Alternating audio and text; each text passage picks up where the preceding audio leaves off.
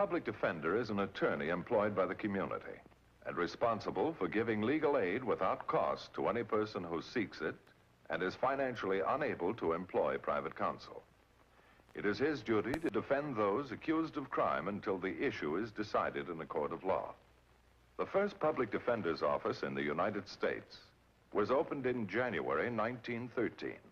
Over the years, other offices were opened.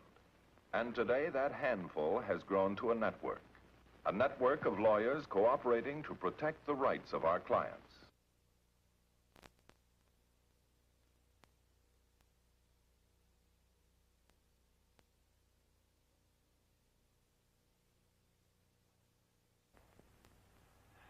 When tragedy strikes, it often leaves a scar of bitterness. Now, the case involving State Highway Patrolman Don Nelson was no exception. Nelson and his partner Jack Miller were patrolling a lonely section of highway when they came upon a construction barricade, its warning light blown out by the wind.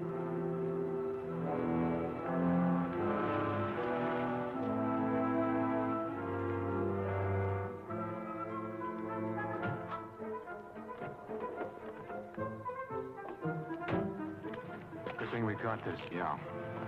Got a match? No, I'll get one out of the car. Well, make it snappy, will you? We get off duty in an hour and I've got a date for a game of handball. The guy's over 5 years old. You're a cinch to get beat. Just get the match, will you, wise guy? Meanwhile, just a few hundred yards from the barricade, a car approached. It carried two newlyweds. 2 weeks. Not a very long honeymoon. 2 weeks. Then Mr. Private First Class Tony Fraser is off to Japan. Probably never see him again. They don't make oceans that big. I'll see him again. You bet you will. Until you're sick of seeing him. Want to bet?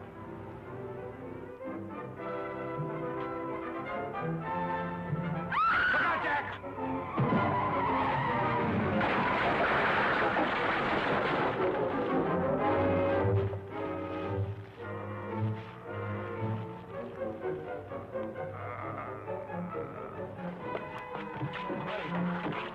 Honey, are you all right?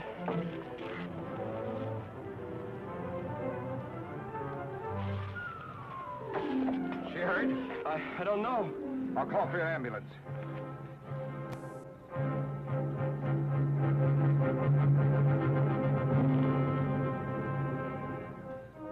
Wait a minute, officer. It's not what you think. Patrol Unit C, 52J calling. Come in, C52J. Reporting an accident with a private vehicle on 94, 7 miles south of Riceman Junction. Need an ambulance. Making an arrest on a 501. Violation of Vehicle Code 501. Accident while driving under the influence of alcohol involving injury. Suddenly, a honeymoon had turned into a nightmare.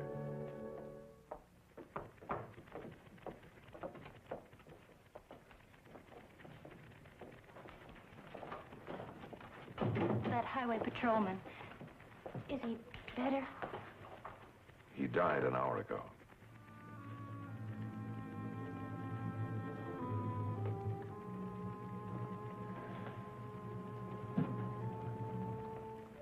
You must pull yourself together, Mrs. Fraser. We have a lot of work to do. The man's dead. I killed him. Don't I deserve whatever happens to me? Then you were driving under the influence of alcohol. What? Don't you understand the charge that's been brought against you? The patrolman who witnessed the accident says that you were drunk. But that isn't true. I don't drink. I never have. His report states there was a strong odor of alcohol in the car.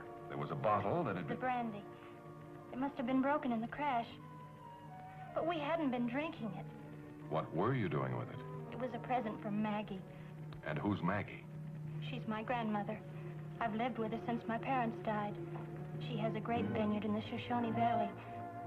Tony and I had just been married there. Now you listen to me, John Scott.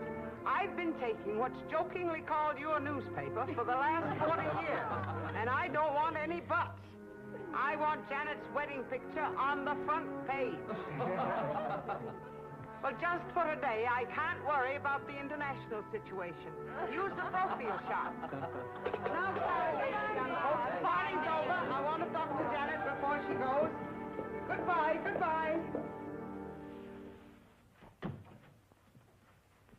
Well, Maggie, the wedding was the greatest. so is the girl you married. You're much too good for him, darling. Nothing you can do about it now. I can make a man out of you, and I intend to as soon as the Army lets you go. Tending these vineyards for a year will put some muscles under those shirt sleeves. Well, we'd better go. We've got a 200-mile drive ahead of us. Oh, after that drive from camp, another 200 miles sounds like 2,000. Just like I say, get out of the Army and I'll make a man out of you. Goodbye, darling. Goodbye. See you in 2 weeks. Oh, wait a minute. I have something for you.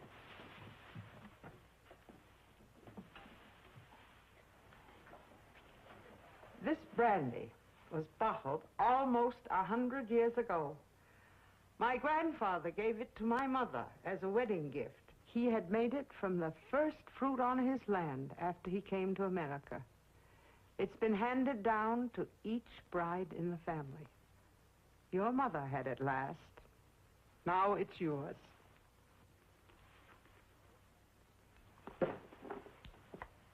You know what, Maggie?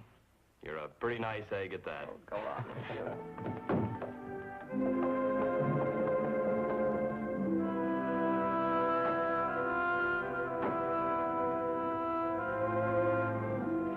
I remember my mother saying that brandy was supposed to remind us that life is like the land. You only get out of it what you put in it. For the others, it represented life, but it'll always remind me of death. Mr. Matthews, I'm all Maggie has.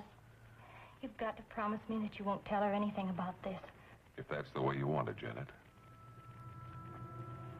Janet Fraser had been convincing, but that wasn't anything a lawyer could carry before a jury. Proof of her innocence was needed. The first person I wanted to see was Janet's husband, Tony.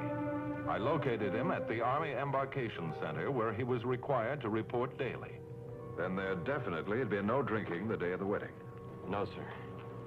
Mr. Matthews, I've known Janet all my life. I even went to grammar school with her. I remember when I used to dip her pigtails into the inkwell. She's never done anything bad in her life. What happened wasn't her fault. All right, Tony. Then we'll keep on trying to find out what did happen. Well, what do you intend to do?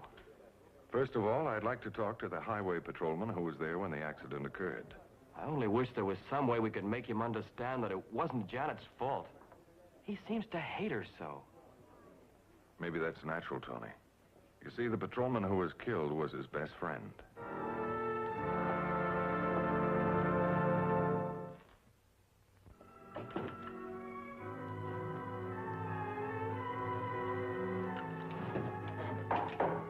Come in. Are you Nelson? That's right.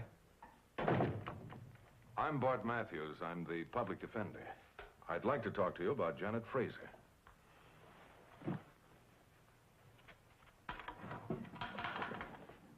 Going on a trip? Just packing Miller's things, sending him to his mother. Oh, I'm sorry. Why be sorry? Jack's been thinking he was going to get it ever since we were digging slit trenches overseas. You know, it's funny. Where we were, lead was flying like hail, but it took some boozed-up dame to drop him. There are two sides to the case, Nelson. Sure, yours and your law books looking for loopholes, and Jack's just buried. You two were very close friends, weren't you? When I say yes, you'll say I know how you feel. That'll make everything just dandy. Now, just a minute, Nelson. Let's understand one another. I came over here to talk about my client. That's no reason for you to boil over on me. There's every reason. You're trying to get her off, aren't you? Only if she's innocent. That's my job. Then bow out, mister. Because I'm the guy that was there, remember? Yes, I know. I also know you have a tremendous responsibility in this case. What do you mean by that? You were the only witness. You were the arresting officer. The court will go along with your testimony. You know what that does to your client, don't you? How can you be so sure about this girl? You didn't even give her a sobriety test. Well, excuse me for neglecting that, but a certain guy I know is dying in my arms.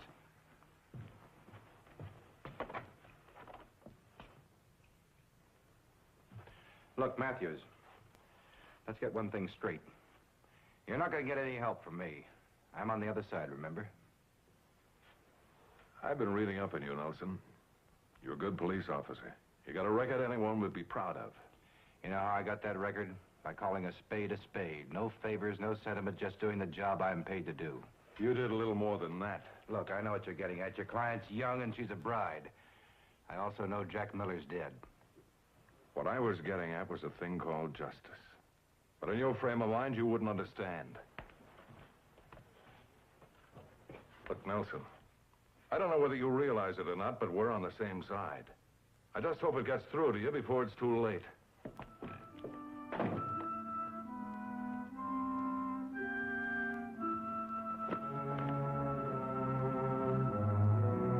Faced with such damaging testimony from the arresting officer, Janet Fraser's only chance was that some evidence could be produced to confirm her denial that she had been drinking.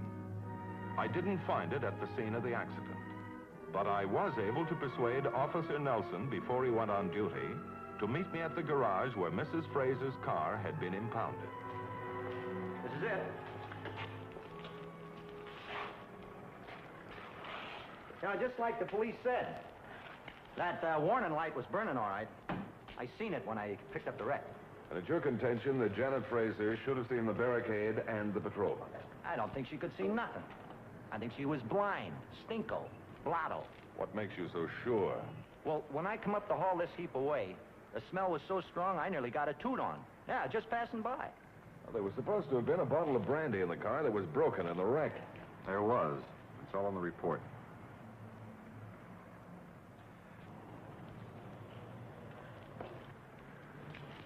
And is it your theory they were drinking from this bottle? Could be. This bottle has never been opened. The seal hasn't been broken. So what? That could have been a spare. You know, I've been picking these messes up off the highways for, 15 years now. And every time I run into one of them boozers, the first thing he tells the cops is he's just taking the stuff somewheres. Yeah. Nobody ever drinks it. No, he just carries it to somebody else. That's right. They could have killed 3 bottles before the accident and thrown the empties out the window. Or stopped at any bar along the highway. Hey, then I got a flash for you. Here. I found these on the floor when I picked the car up. That joint's just 3 miles from where they plowed that there cop under. I have a day off on the 22nd. If I can be of any more help.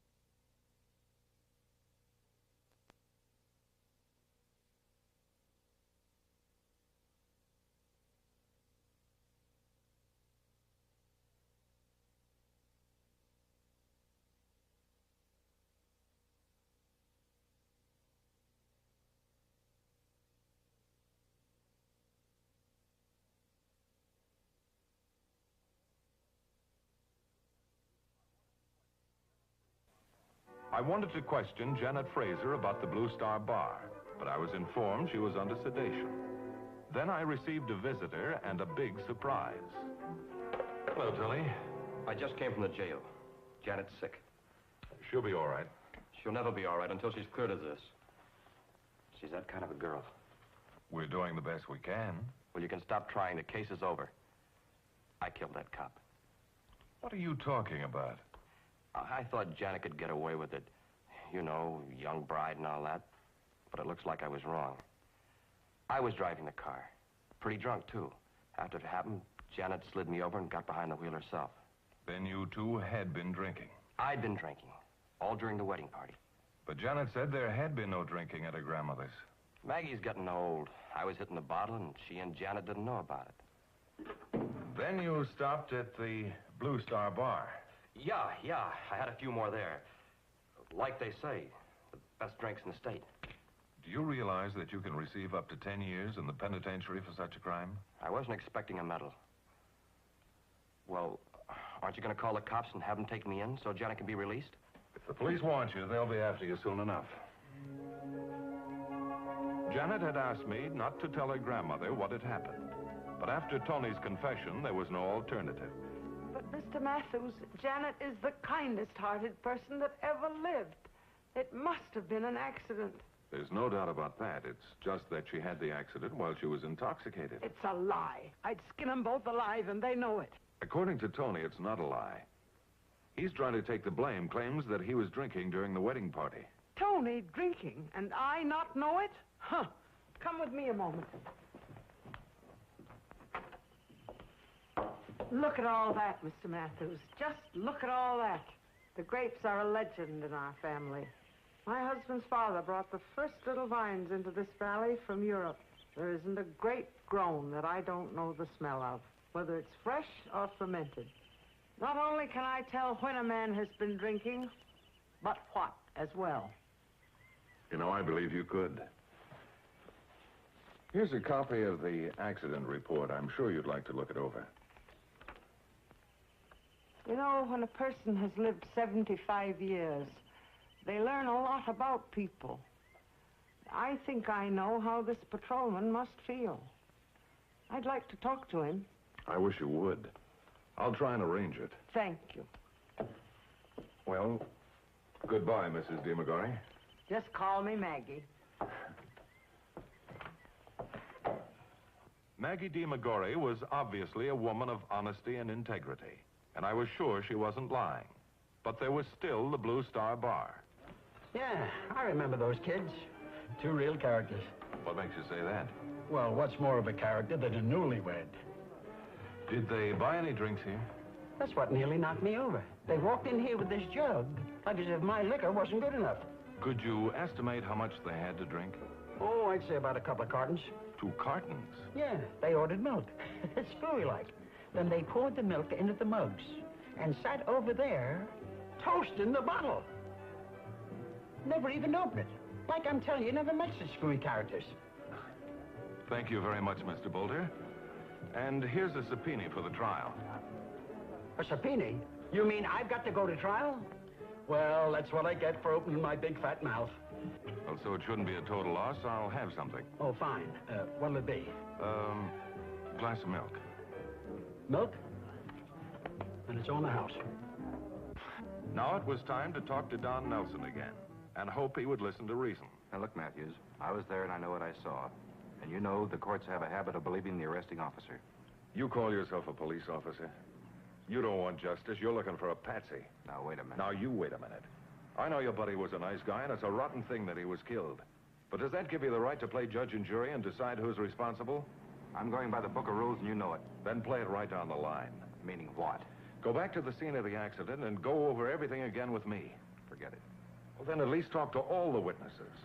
What do you mean, all the witnesses? I was the only witness. There was a witness as to whether or not those 2 kids had been drinking. What do you mean? The only place they could have had a drink before the accident was at the girl's grandmother's. You expect me to believe that girl's grandmother?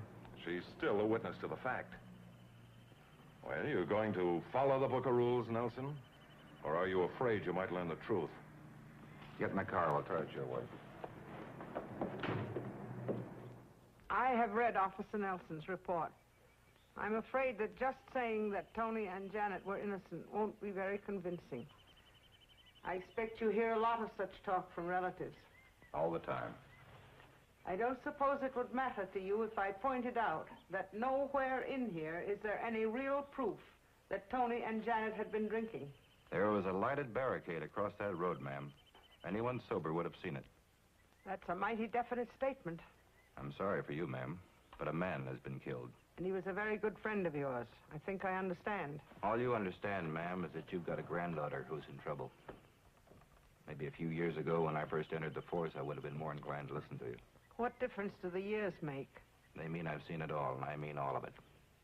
Hot rodders racing themselves to an early grave. Reckless drivers trying to see how many they can kill. And the nicest people in the world who get tanked up and try to make a deadly weapon out of their automobile. But no matter how guilty they are, they always have friends and relatives try to set them free so they can do the same thing over again. Ready? Mr. Nelson, what is going to happen to you on that day after you've ruined a person's life, that you find out you've been wrong? I'm afraid I'm not thinking that far ahead, ma'am. All I know is that Jack Miller is my best friend and he died in my arms. Maybe you can't understand how I feel. I think I do understand. Will you two gentlemen come inside a moment? This is a picture of my husband, taken 43 years ago, the day before he was killed. Maybe murdered, I'm not sure. I met John nearly 50 years ago.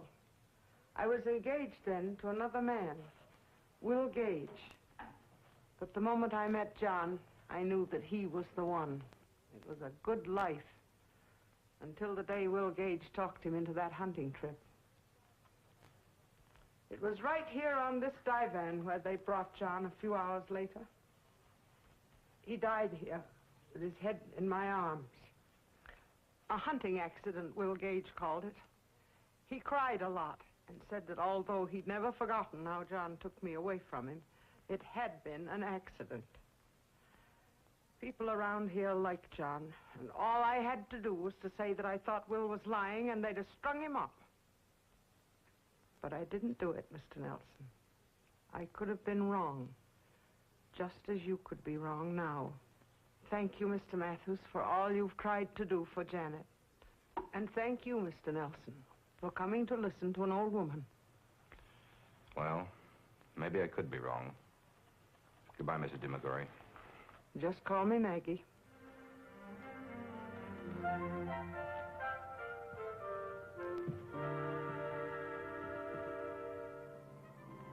I had the feeling that Maggie had softened Nelson up, but I wasn't sure.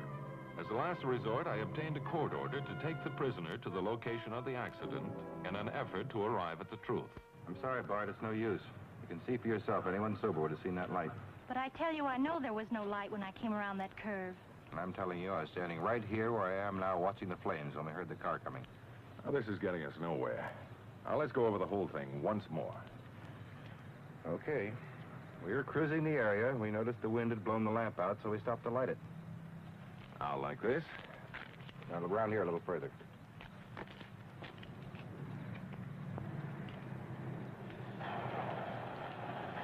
Are you sure it was lit before the accident? I'm positive. All right, and exactly what happened after that? We heard the car coming. Mrs. Fraser, would you mind showing me once more just where you were when you first saw the officer? Yes, sir. When we came around the curve, they just appeared out of nowhere. You can see the skid marks. All right, and what happened after that? I jumped. Jack didn't have a chance. Nelson, would you mind getting into your car and driving up to this point in the manner in which you think Mrs. Fraser drove? Not at all. You don't think it'll prove anything.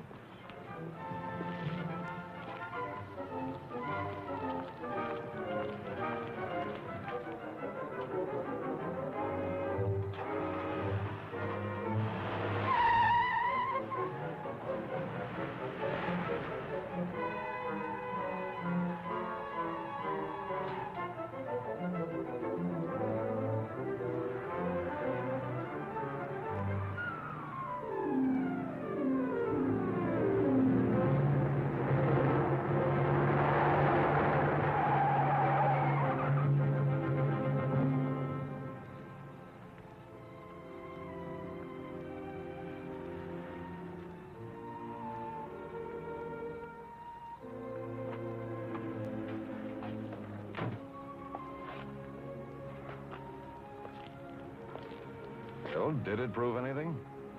Proves Mrs. Fraser was right. She couldn't see that light. Nobody could. Miller was blocking it from her view. Now, being wrong is nothing to be ashamed of. Just as long as you're man enough to admit it. I'd kind of like to be the first one to tell her, Bart. Looks like she's already guessed. No, I mean Mrs. DeMagori. Just call me Maggie. I'd like to be the one she hears it from. You know, my guess is you're the one she'd want to hear it from. Patrolman Nelson filed an amended accident report.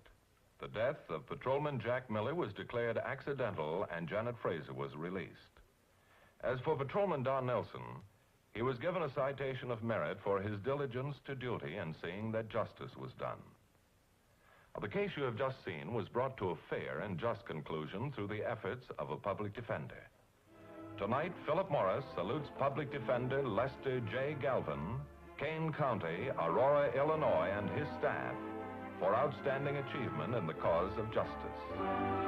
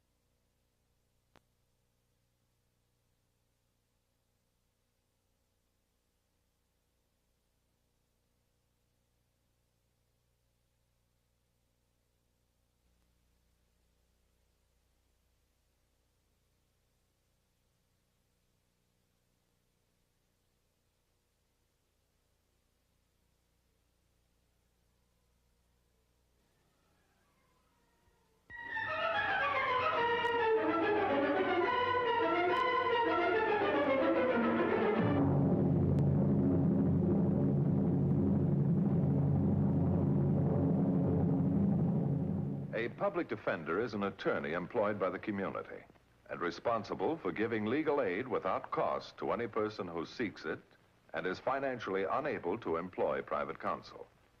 It is his duty to defend those accused of crime until the issue is decided in a court of law. The first public defender's office in the United States was opened in January 1913. Over the years, other offices were opened. And today, that handful has grown to a network of lawyers cooperating to protect the rights of our clients.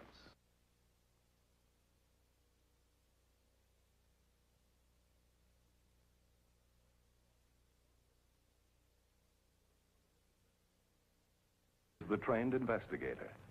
It is from him that the public defender receives the majority of the information used in the defense of his clients. One such man is Edward McGrath, investigator, public defender's office, Los Angeles, who worked night and day to get me the facts on case 37423. People versus Wade Layton Foster. Do you have an attorney? No, sir. Do you have the money to employ an attorney? No, Your Honor, I don't. Public defender appointed.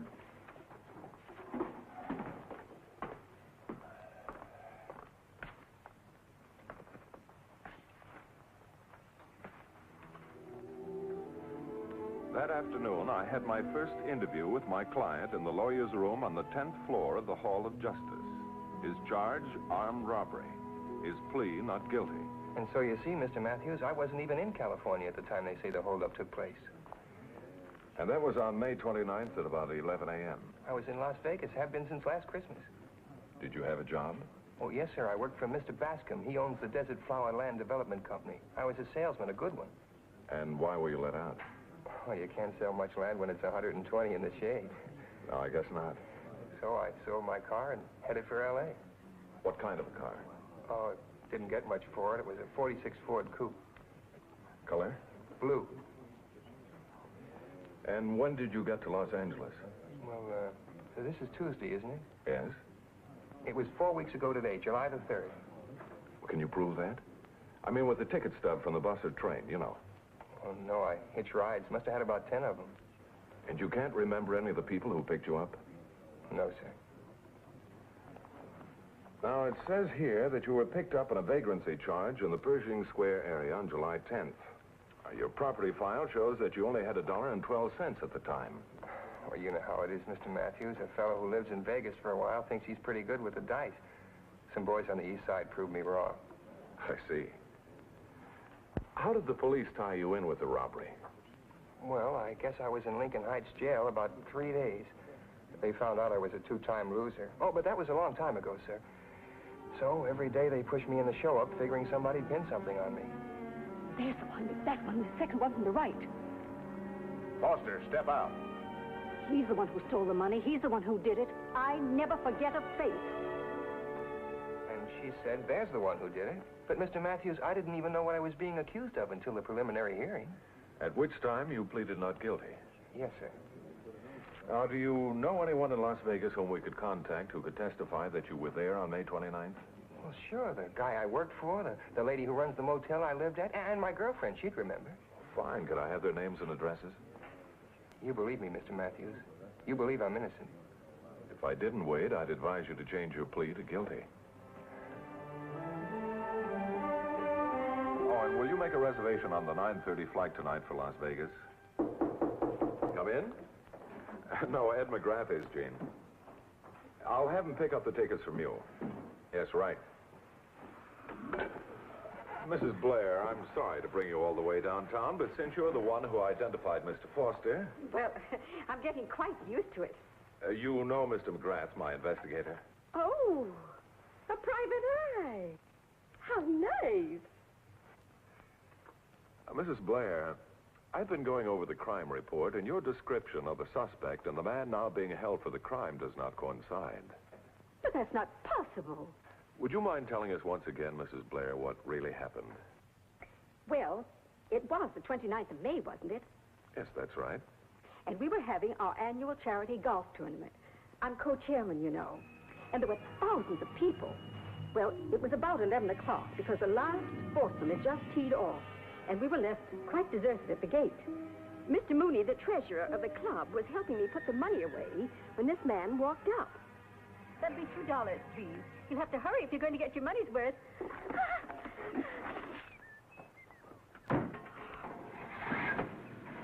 I'll never forget it. There was a gun pointing right at me. I couldn't take my eyes off it. Now, that being the case, how were you able to identify my client and the police show up? Mr. Matthews, you're twisting my words. No, Mrs. Blair. I just want to know why you say here that the suspect was blonde, and yet you identified my client who was dark-haired. Well, he was wearing a hat. That's not in your report, Mrs. Blair. It doesn't? No, it's not. Well, he was young, and I thought he was wearing a hat. Is that better? Why didn't you call for help? Oh, we did. But by that time, he was in his car and away. Do you know the make of the car? These new models, they all look alike to me. Do you remember the color? Oh, that I remember. It was red. Did you get the number of the plates? Plates? The license number. My dear man, without my glasses, I could barely see the car. Mrs. Blair, your estimated loss was $2,700 in small bills and silver. Were there any checks? No, it was all in cash. You've been a big help, Mrs. Blair. Thank you for coming down.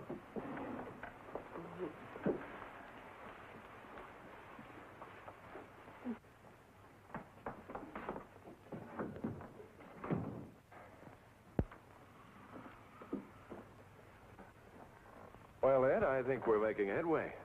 What's the next step? Here's a list of names and addresses in Las Vegas.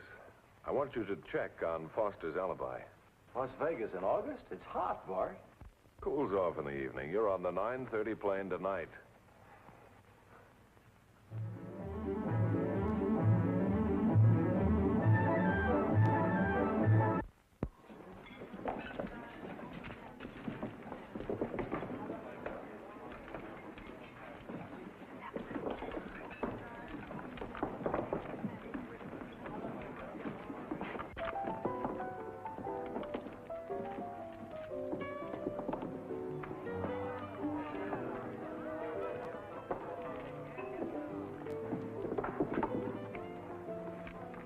Excuse me, can I see you a minute? Yeah. You Margot Lane? You a cop or do I owe you money? Do you know a Wade Foster? Yeah, he used to come in here. When'd you see him last? Listen, mister, why all the questions? Well, here's one reason. What's he done? We hope nothing. Maybe you can help us prove it. At that table, we can talk over there. I'm sorry, Mr. McGrath. You got a lot of questions from a lot of characters in a place like this. Sure, I know how that is. You work here, huh? Sort of. I'm a shill. Play on the house money when things get slow. How's Reed? Oh, here's his latest picture.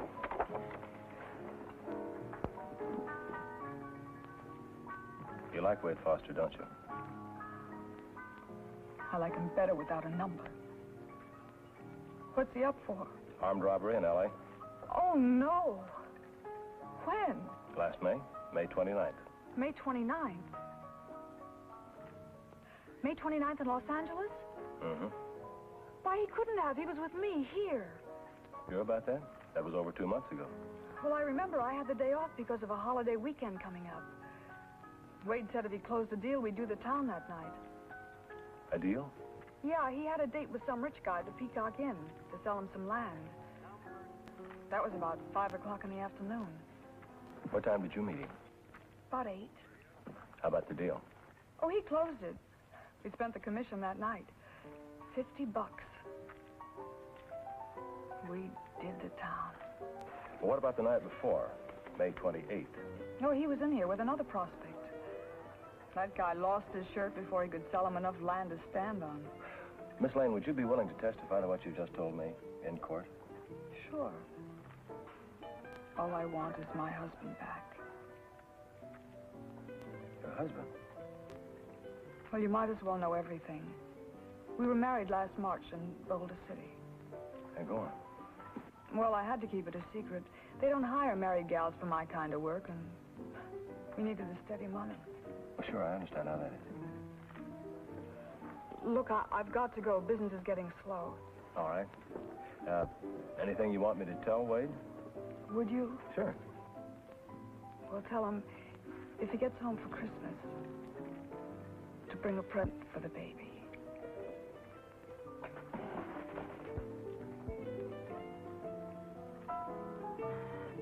Ed McGrath was hot but happy when he called the next morning to report on his interview with Margot Lane.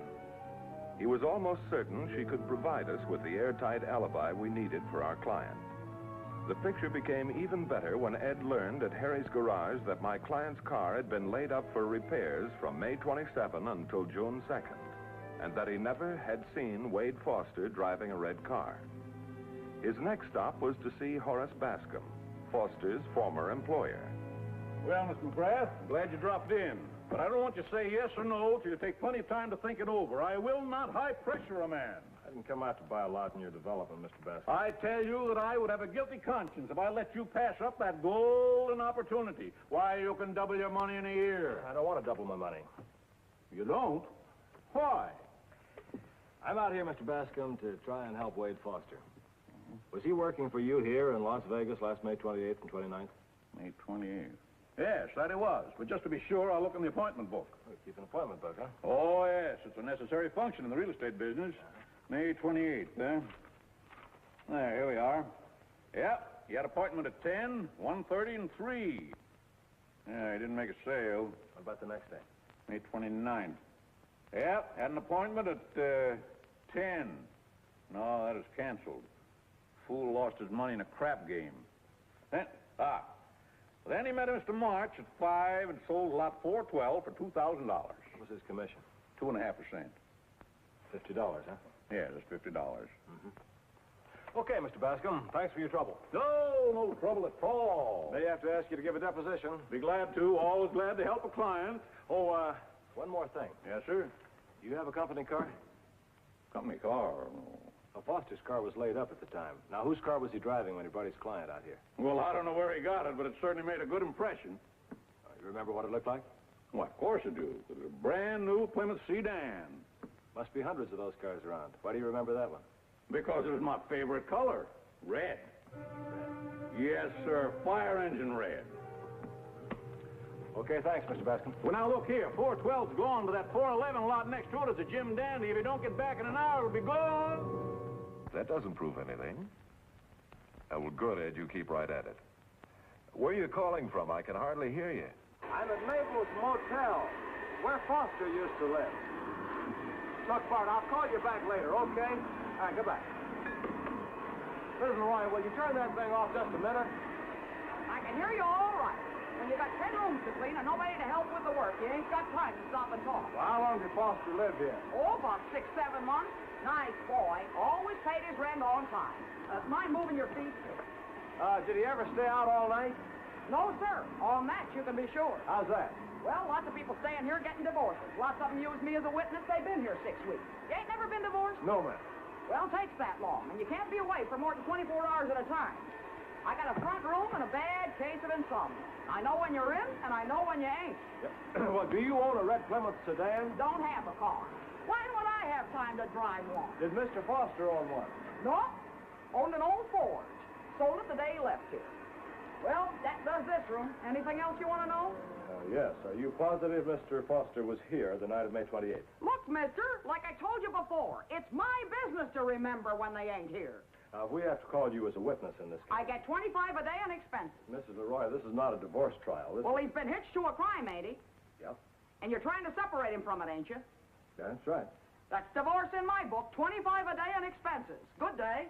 Good. Yeah, standing on the cord. Sorry. Thanks a lot, Mrs. Leroy. All right. Hey, that 25 has got to be in cash.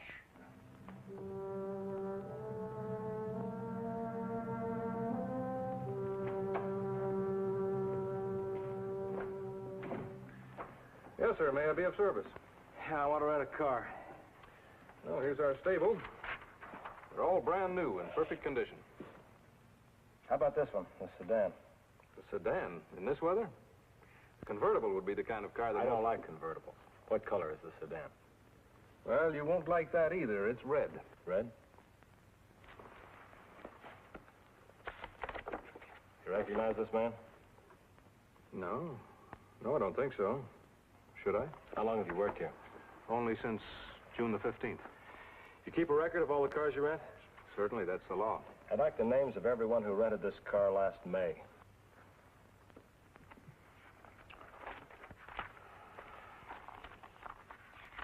There you are, Lieutenant. You are a policeman, aren't you? What's the mileage from here to L.A.? Exactly 289 miles. Public Defender's Office, huh? Mm-hmm. I'm driving about 5.5 hours, huh? Well, we recommend 6.5. May 28th. Went out at 5 p.m. Returned May 31st, 9 a.m. Total mileage, 722, signed W. Foster. I'd like to rent this car for a few hours. Yes, sir. I'll make out the papers. Mind if I keep this long enough to have a photostat made? Well, what's the matter? Did the fellow get in trouble of some kind? States here that he paid for it. He paid the first installment. I beg your pardon? Unless I'm wrong, you'll be paying for it for a long time to come.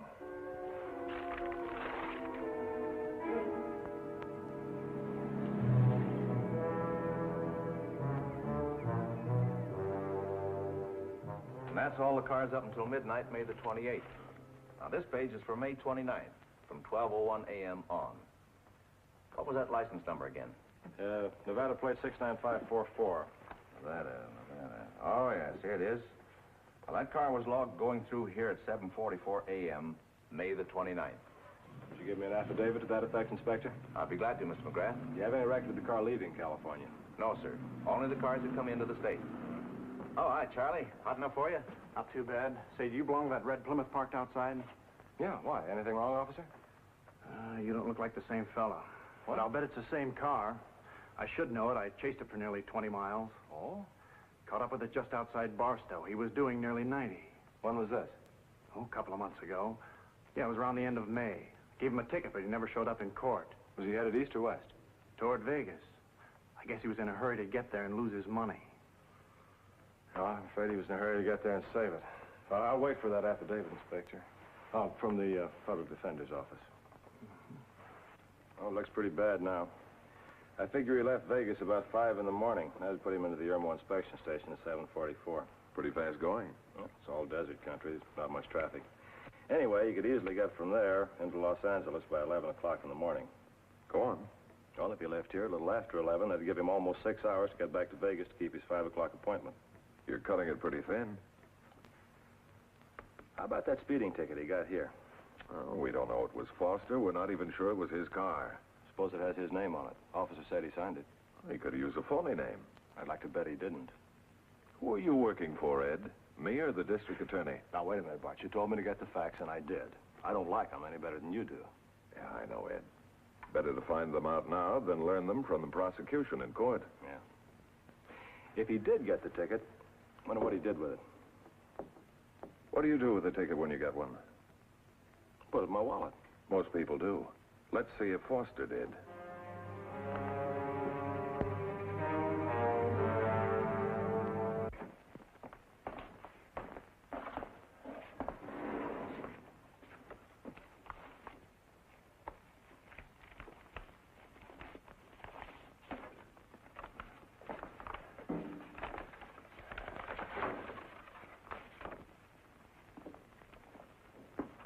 Sure carries a lot of business cards. Mm-hmm. Helps in the real estate business. His wife? Yeah. Pretty, yeah? Yeah.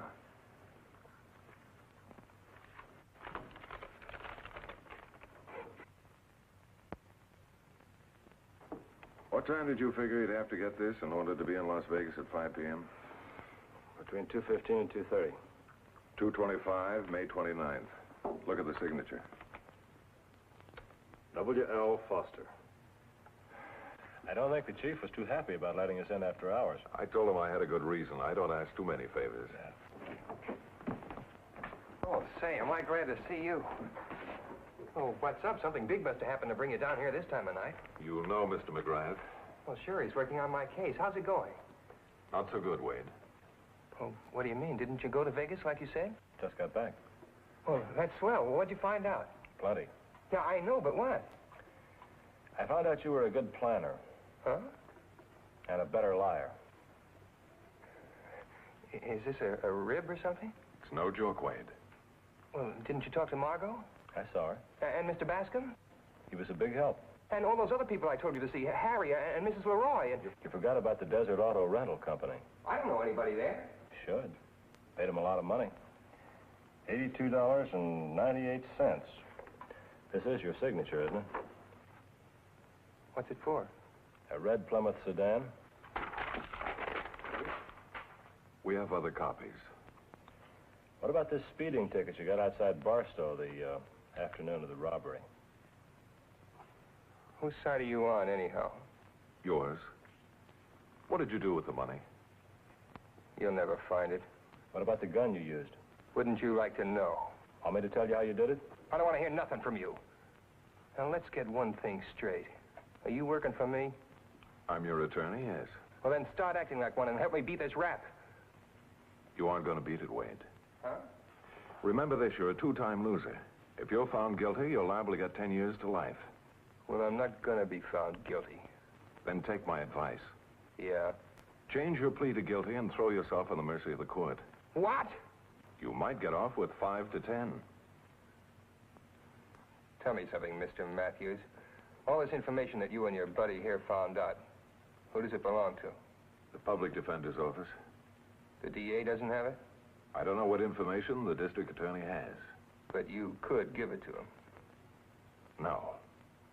No, what we know remains with us. It cannot be subpoenaed. Well, then I got news for you, Mr. Public Defender. As of 1 minute ago, you're fired. I don't need a lawyer. I can defend myself. And in case you didn't know it, I'm married to Margot, and she'll testify I wasn't out of her sight the 29th of May. And the state can't make her testify against me. Now, what do you say to that, Mr. Matthews? That's your privilege, Wade. The public defender can never be a party to perjury. With my record, what do I care about perjury? Hey, Copper, unlock the Golden Gate and let me back with the nice people. All that time and work, and he had to turn out like that. You did your best, didn't you? Yeah, sure, but I feel like such a sucker. I believed him. Yeah, so did I. But what would have happened if we didn't do our best and an innocent man was found guilty? Yeah. Sure, I know. You're right. Well, at least there's one thing I can be thankful for. What's that? I won't have to represent him again. I wouldn't be too sure of that. I'm planning to retire in 15 years, remember? So? Well, he's going to be out of circulation for at least 20. His own behalf went to trial 4 weeks later. He was found guilty of armed robbery and was sentenced to 20 years to life in the state prison. You see, the district attorney's office also has trained investigators. Now, the case you have just seen was brought to a fair and just conclusion through the efforts of a public defender. Public Defender George Gilman, New London County, New London, Connecticut, and his staff for outstanding achievement in the cause of justice.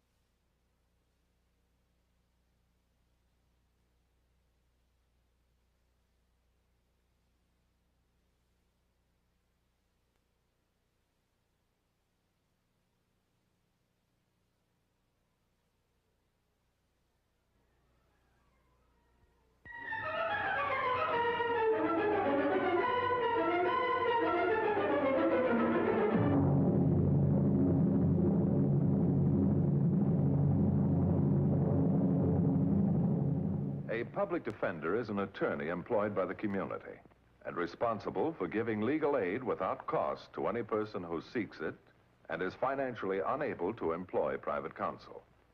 It is his duty to defend those accused of crime until the issue is decided in a court of law. The first public defender's office in the United States was opened in January 1913. Over the years, other offices were opened.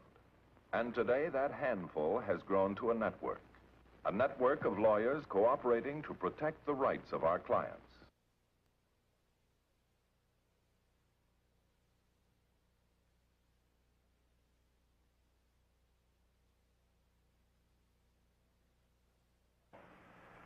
This case concerns the violent hatred of a young boy, a hatred which threatened to destroy the lives of those around him.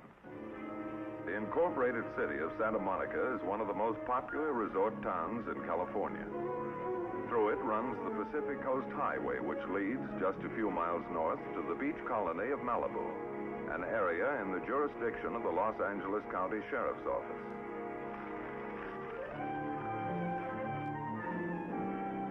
Sardines. She knows I hate sardines. Hi. Want a sandwich? What kind? Sardines. No, thanks. Who's he? 459 suspect. That call from Santa Monica an hour ago. Oh, yeah. Where'd you pick him up? At a drive-in below Topanga, eating a hamburger. Where's your partner? Outside. Gas caps, spark plugs, windshield wipers. You can open a gas station, kid? All he had in his pockets. Wallet and 35 cents. What's your name, son? Tommy Haynes, Address? 1847 Vista Court. Whose car were you driving? My mother's. Where does she live? Same place. Hi, Sarge. Get that accident report ready? It's on the desk. I'll be with you in a minute, Kennedy. Telephone number? Exbrook 1792. Tommy, what are you doing here? Broke into a filling station in your territory. What's the matter? Wait till the boys in Santa Monica hear about this. Hear what? That you arrested Keith Williams, boy? Captain Williams? Oh, you didn't book him. Yeah.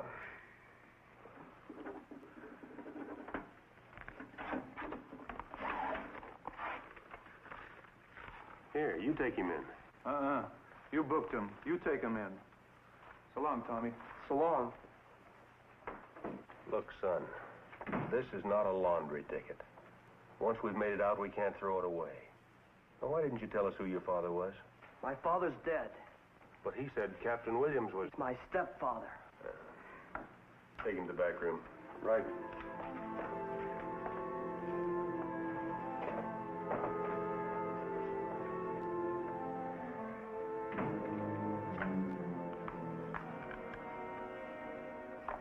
Gin. Not again. And you got me with 22 points. That makes $2.17 you owe me. What a pigeon. Boy, this has been a real-for-nothing day. You still beefing about that Henderson case? Well, it was your testimony that cost my client probation. He was guilty. Crooks belongs in jail. Hello? Charlie, do you have to call me at home? 502. So it gets in the papers. I hate drunk drivers. Lock 'em up. Yeah. Good night. Bart, one of these days I'm going to have that telephone disconnected. In the 6 months we've been married, I'll bet we've averaged 5 calls a night. Wait till he gets to be assistant chief, it'll get worse. You hear anything? Well, as long as you were a bachelor, I wouldn't have bet on you. But now that you've got Louise, it's even money or better. Keith, how wonderful. Now you know why I married you, huh? You drink that coffee, it'll get cold. Here we go again. Hello, Captain Williams. Oh, Captain. Sorry to bother you. It's Sergeant Lohman, Malibu Station. Malibu? You're a little out of my territory, Sergeant. Oh, that's right, sir. We're holding your son Tommy on a 459. Is this a joke? No, sir. I'm sorry. What do you want me to do? Hold him. I'll be right out there.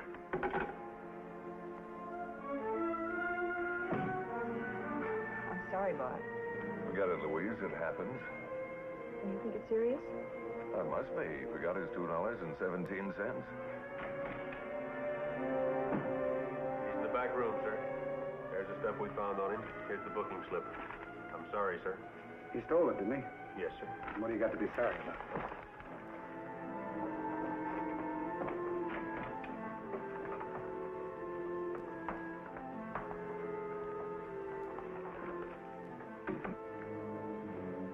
You take these things, Tommy? Yes, sir. Why? I don't know. I don't believe you. Who are you covering for? Nobody? You did it alone? I guess so. Either you did or you didn't. What do you want with this junk? I don't know. You broke into a gas station. For no reason? I guess so. Stop lying. You're not a criminal. You didn't take this. Yes, I did. Tommy, you never stole anything in your life. Sure I have. I used to steal oranges from Mr. Lombardi's backyard. That's not what I mean, and you know it.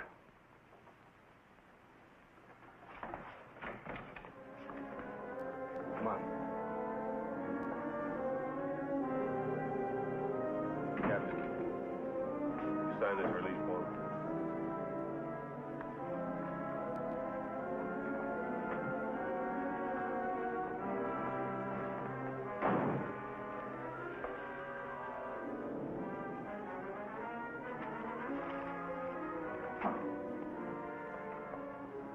Why, Tommy? Why won't you tell? Answer your mother. Look, son. Somebody must have framed you. No, sir, I didn't. I know. It was one of those fraternity initiations, that it? No.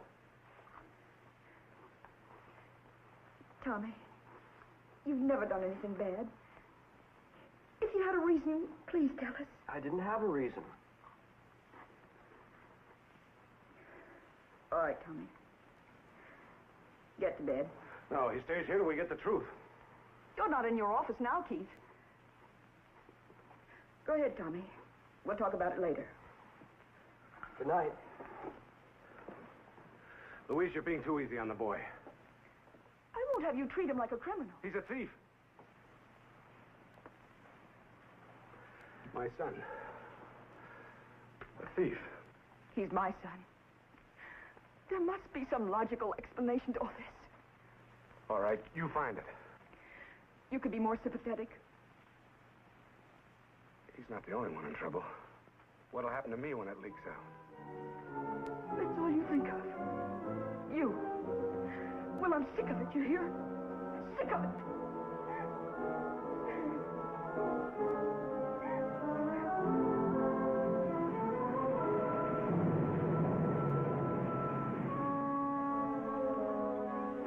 Taken? No. How did you find me in here? I'm a cop, remember? I suppose you know about Tommy. Yeah, I've heard rumbles. I don't get it, Bart. I just don't get it. Did anything happen recently to upset Tommy? There's nothing the matter with that boy. Well, what are you going to tell the court then? That's why I came to see you. You want me to appear for Tommy? If you have the time. I'll make time. You know about Tommy's record. Has he ever been in trouble before? Not really. It was an accident. What? He broke a drugstore window about a month ago. I paid for it. It was an accident, huh? What else? What reason would a kid have? Louise know about it? Well, I didn't want to upset her. Now, Keith, I'm not a psychiatrist, but I have seen cases like this. A boy loses his father. He's left with only his mother. She loves him and spoils him, lets him get away with murder. Then she remarries. Now, maybe the stepfather does something to awaken hostilities in the boy. Why? Well, all kids his age resent authority. On top of that, you're a police officer. Tommy doesn't resent me. We get along great. Do you? I've tried my best to make him like me. And have you succeeded? Now you're talking like Louise. Well, you seem to know all the answers. What do you suggest I tell the court at Tommy's hearing? Well, say anything you want, but don't say I can't handle my own kid. You're allowing your ambition to blind you to the fact that you have a problem at home. You're wrong, Bart. I don't know why Tommy did it, but it wasn't to spite me. Do it my way, will you? He'll get off. In a couple of weeks, it'll be forgotten. I'll handle him. All right, Keith. But be careful. It's not easy to handle a live time bomb. Now, Mr. Matthews, let me understand you clearly. As a friend of the court and of the defendant, you admit to no mitigating circumstances for this offense. Well, Your Honor, the boy has a very fine record. I don't believe that he was motivated by criminal intent. You ask me to pass off an act of burglary, a felony, as a harmless, boyish prank? No, sir. Then what intent do you imply? Well, the defendant admits his guilt and throws himself on the mercy of the court. And since Captain Williams is a police officer, you want me to recognize that fact in your plea for probation. That's right, sir. Why did you steal those articles, Tommy? I don't know. You had no reason? I guess I didn't. Captain Williams, juvenile delinquency is an increasing problem. Do you expect me to set this boy free without any attempt at correction? Your Honor, the boy lost his father when he was 10. He's been without a firm hand. Put him on probation, and I'll guarantee you he doesn't get into any more trouble. Why haven't you been able to prevent this incident? I had no idea what he was up to. That's why this case is all the more important. You're a police captain. What sort of example are you setting for other parents? It's not fair for you to discriminate against this boy because of my position. Keith. Captain Williams, it is the decision of this court that Thomas Haynes be remanded to the custody of the probation department and confined to the industrial school for a period of 6 months. Oh, no. Young man, is there anything you wish to say? Yes, sir. I'm sorry I've caused my parents so much trouble.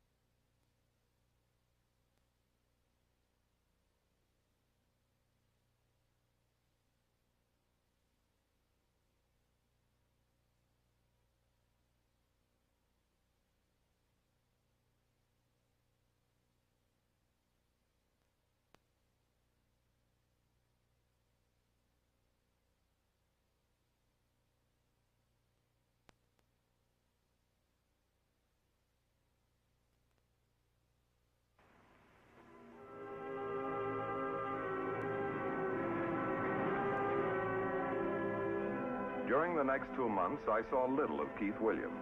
He had his problems, I had mine. One day, I received a message from Sergeant Peters, Keith's right-hand man. I found him in the basement, the police range. I didn't waste any time. My office said it was urgent, and I was in the neighborhood. You'd think I could shoot one of these things after 20 years, but no. Still have to qualify every month. How many rounds you shoot? 24. Reloads. Trustees make them. It's cheaper that way. How are things around the Hall of Justice? Oh, quiet.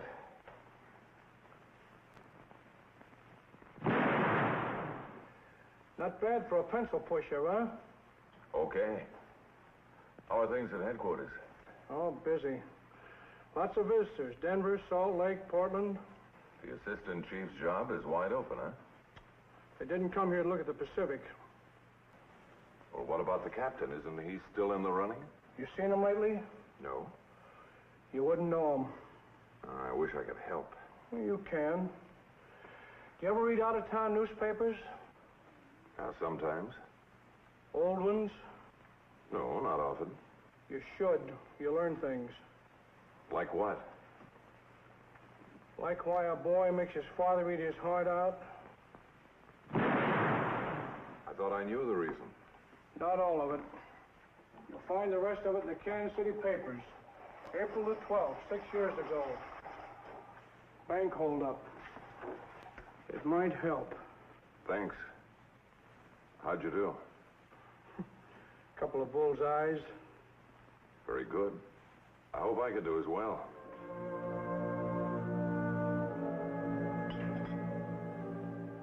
More coffee?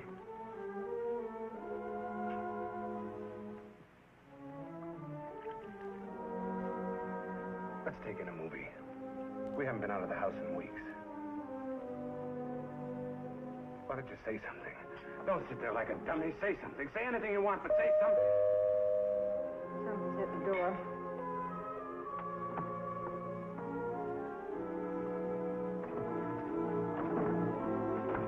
Yeah, what do you... Well, maybe I better come back another time. I'm sorry. Come on in, Bart. Where's Louise? In the kitchen. Do you mind calling her? I'd like to talk to her. What about? Well, about you, for one thing, and Tommy. Look, Tommy's my problem. I'll handle it my way. Maybe. But first, you'd better know the facts. Why he ruined your chances of becoming assistant chief. Why he tried to break up your marriage. What are you driving at, Bart? Well, I read a story in a Kansas City newspaper about the death of Tommy's father. And it wasn't in the obituary column. I'm listening. Well, it gave me an insight into the why of Tommy's actions. What is it? Shall I tell him, Louise? Go ahead, Bart. He has to know sometime. Tommy's father was killed by a policeman.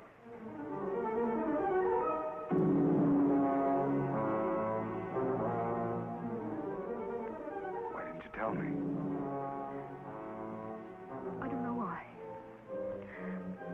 I wanted to at first, but I told myself it wouldn't make any difference. And then later on, I was afraid it would. It wasn't an accident. He and two other men tried to hold up a bank. They got him.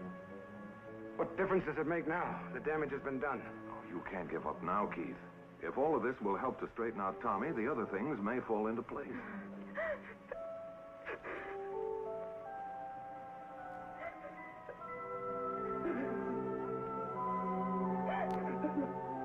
Louise, honey. If you'd only told me. If you'd only told me. The next morning, I told Judge Langley the facts we didn't have 2 months before. He agreed to ask for Tommy's release if the school superintendent approved. I went that afternoon to Superintendent Corley of the industrial school. Yeah, very nice. Yes, sir, Bart. You ought to get some outdoor exercise, too. And there's nothing like duck hunting. I wish I had the time. Come in. Hi. Matthews has some news for you, Tommy. Sit down, Tommy. Well, I'll leave you two alone. Nice to see you, Bart. Thank you, Mr. Corley. Honey.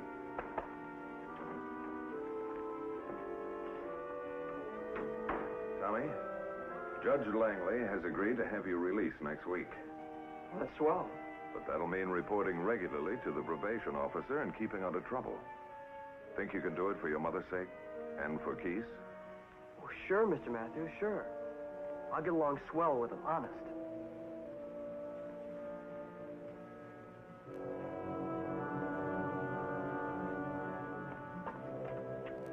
Oh, Louise, Keith home? Yes, come in. Hi, Bart. Oh, Keith, I just saw Tommy. How is he? Well, he looks fine. He'll be home Wednesday. Thanks so much, Bart. Me too, Bart. Yeah, but I don't think your troubles are over yet. What do you mean? Well, it's my honest belief that Tommy's a sick boy mentally. That's why he wants to hurt me. I don't understand it. Doesn't he know that he's hurting me, too? He probably does, Louise. But he resents Keith even more than he loves you. But look what he's doing to himself. I don't think he cares. He never said a word when I married Keith. Well, like all boys, Tommy lives in a private world with his own resentments. All the time I was telling him what a fine man Keith was only making it worse. It was my fault. I couldn't understand the boy. Hello? Oh, just a moment, Sergeant. Yes? Captain Peters, we just got a call. Your boy just broke out of the school. Took the superintendent's car and his shotgun. Have you got a line on him? I'll be right there. What is it, Keith? Tommy just escaped from the school. Oh, why? Why when he was getting out next week? I don't think he's given up yet. Keith, don't. Don't let them hurt him. He's only a boy. He's a good boy. And he's got a shotgun.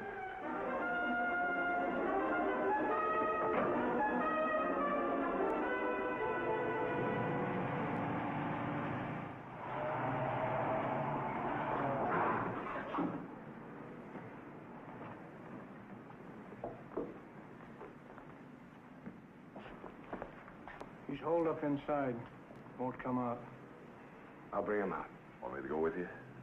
No, this is between Tommy and me.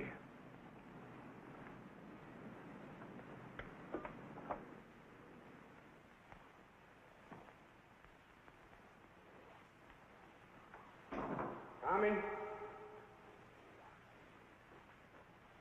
Come on out, Tommy. Haven't you caused enough trouble?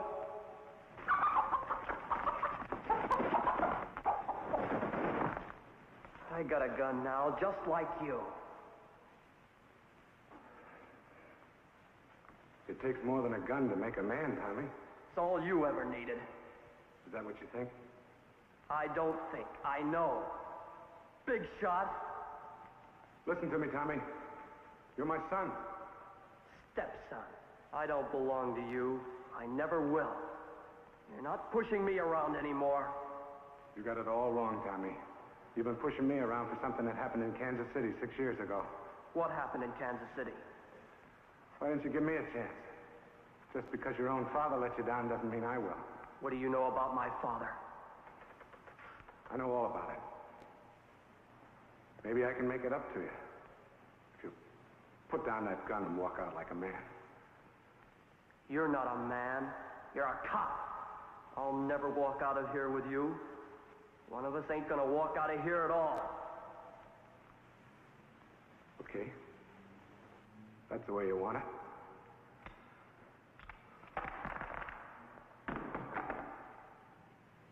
There's my gun. Now let's see if you've got any guts. You'll find out if you take one more step. Look, kid. I've been looking into gun muzzles for 22 years, ever since I joined the force. I've only got a few years left. You've got a whole life ahead of you. Yeah, what kind of a life? You'll never live to find out if you pull that trigger. They'll send you to the gas chamber. Then you can cut another notch in your gun stock. Because if they send you up, you're gonna kill your own mother. Think about it, Tommy. You kill 3 people when you pull that trigger.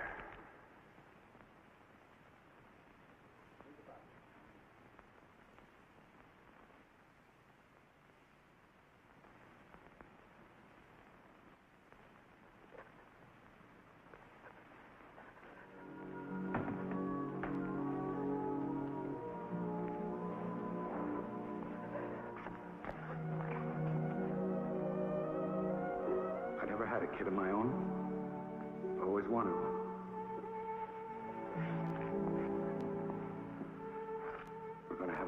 good times together.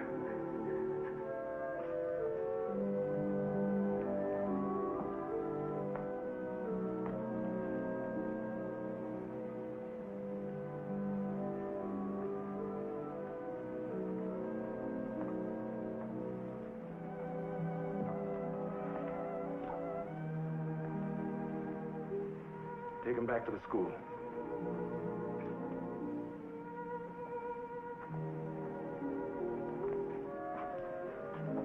It's gonna be all right, Bart.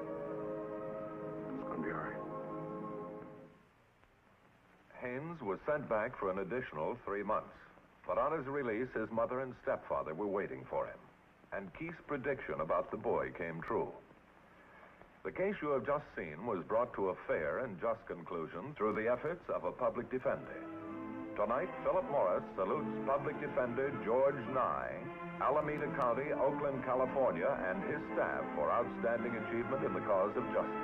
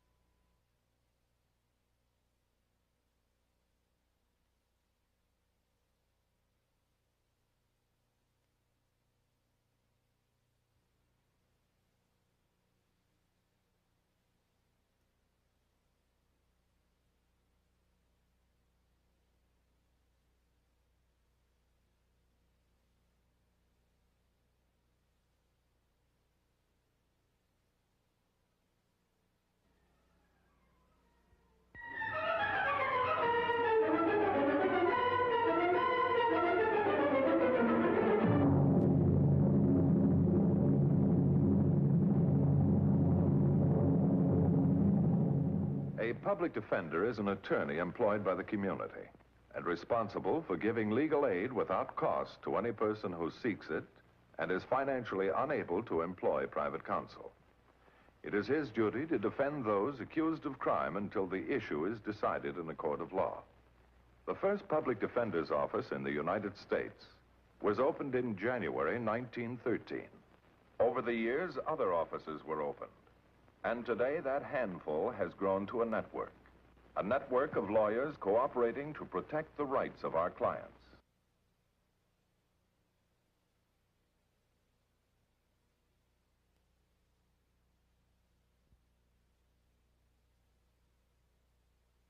The case I'm going to tell you about tonight was anything but routine.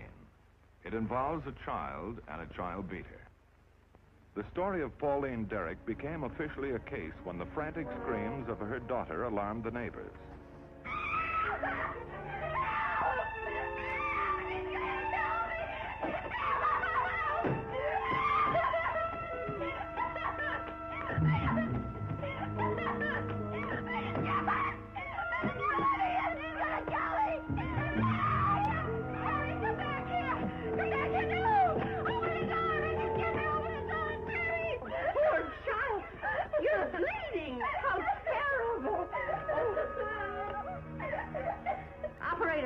Operator, get me the police and hurry, please.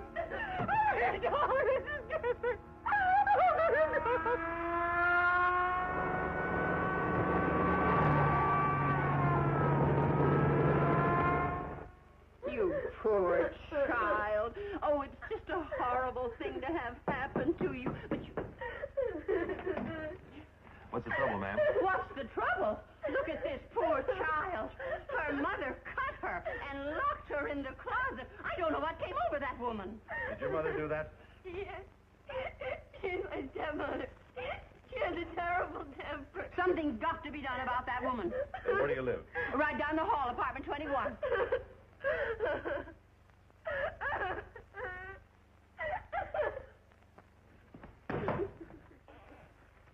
Is that your daughter down the hall?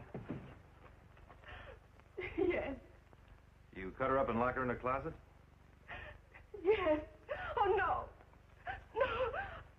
I locked her up, but I didn't hurt her. I can't understand. All right, lady. Come along. Take her down and call in.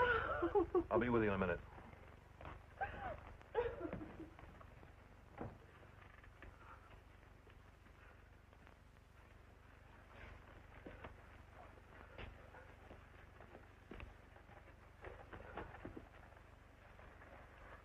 This what did it?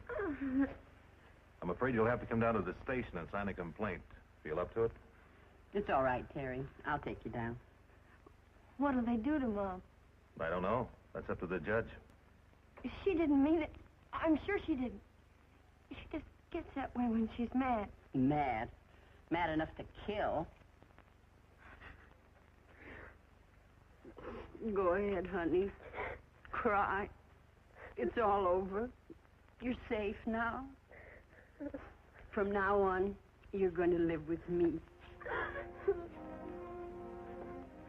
I wish you were my mother.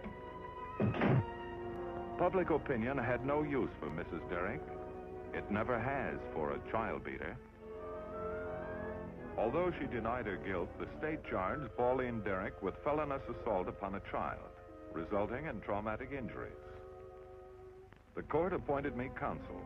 It was one of those cases I viewed with little enthusiasm. The adverse publicity didn't help, but it was my job to defend Mrs. Derrick. I went down to see her.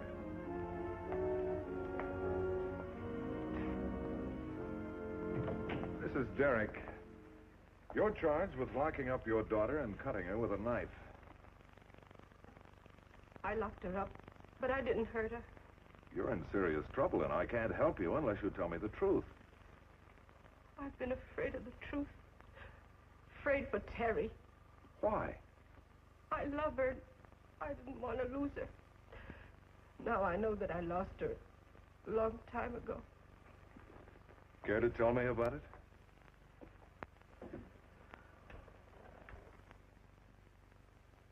I'll tell you if you believe me. The truth, Mrs. Derrick, speaks for itself.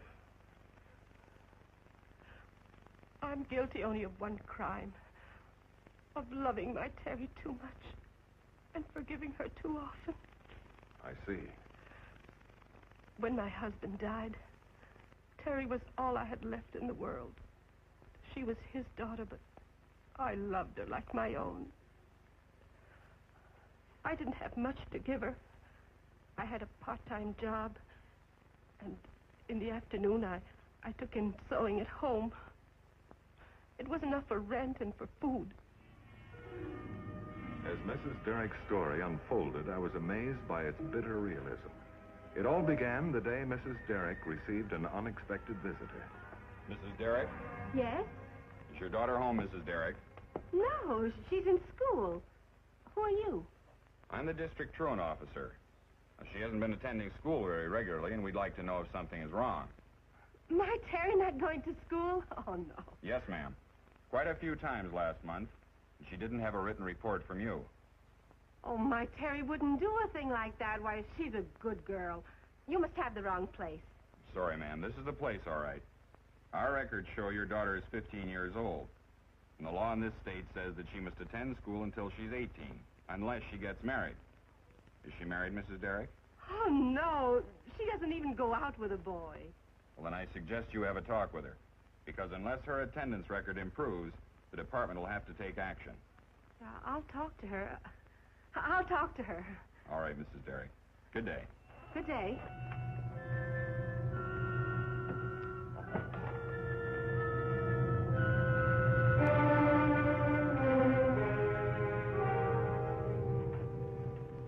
Terry? Hi, Mom. Hi, honey. Terry, something wrong, Mom? Do you like school, Terry? Well, sure. I like it all right. Well, then, why haven't you been going? What do you mean, Mom? You've been away from school several times, and you haven't told me about it. That's not true. But it must be true, Terry. Someone was here and told me. Who told you? A man. He said he was the truant officer. Why did you lie to me, Terry? I didn't lie to you. Honest, I didn't. You just gotta believe me. But how can I believe you, Terry? That officer, he knew all about you. Don't you trust me? Why did you stay away from school? Tell your mom, huh? Well, Mom, there are reasons. I wanted to surprise you. What do you mean? You work so hard. I just can't stand seeing you tired all the time. So I took a few days off from school to look for a job. Job? My Terry working? Oh, no. Oh, Mom, I'm young and strong. I want to help out. Please, Mom. Oh, my little girl. You make me feel so wonderful. You're so good. I love you very much. I love you too, Mom. I know. So, no more looking for a job, huh? And you'll go back to school. Oh, gee, do I have to? Yes, Terry. I want you to be a smart girl and learn fine words and many things. So when you grow up, you won't be like me. Jim, don't talk that way. Oh, I want you to have all the best of everything. All the things I didn't have. So you'll do what I tell you to do, yes? Okay. You're the boss. Oh, Terry.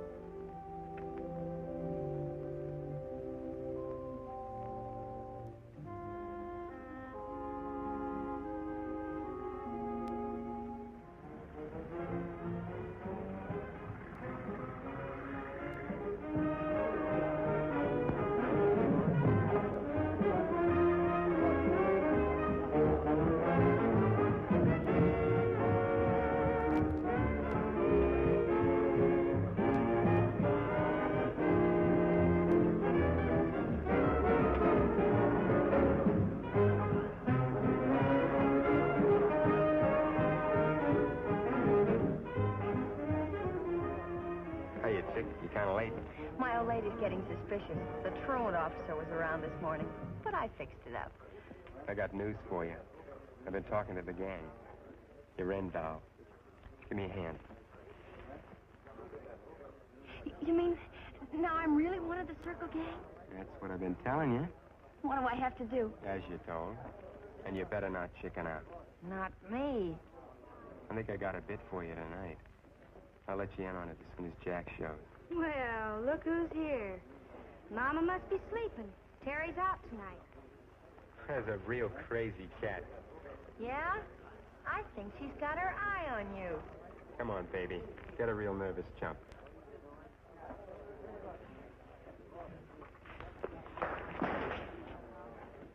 Go on, do me something. You're from nowhere. Why, you little slinky roach! Let me get out of here! Oh! Hey, baby. You're real hep. Get lost, character. This is my chick.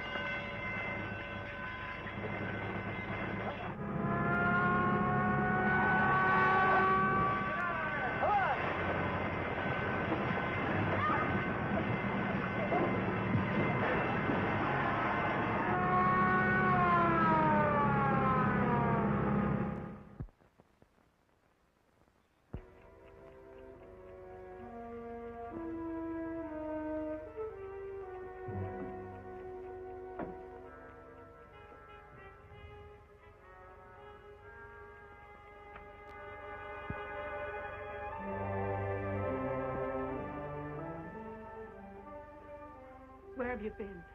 At this hour and looking like this? I went to a party. A party? What kind of a party? You'll explain to me, you will.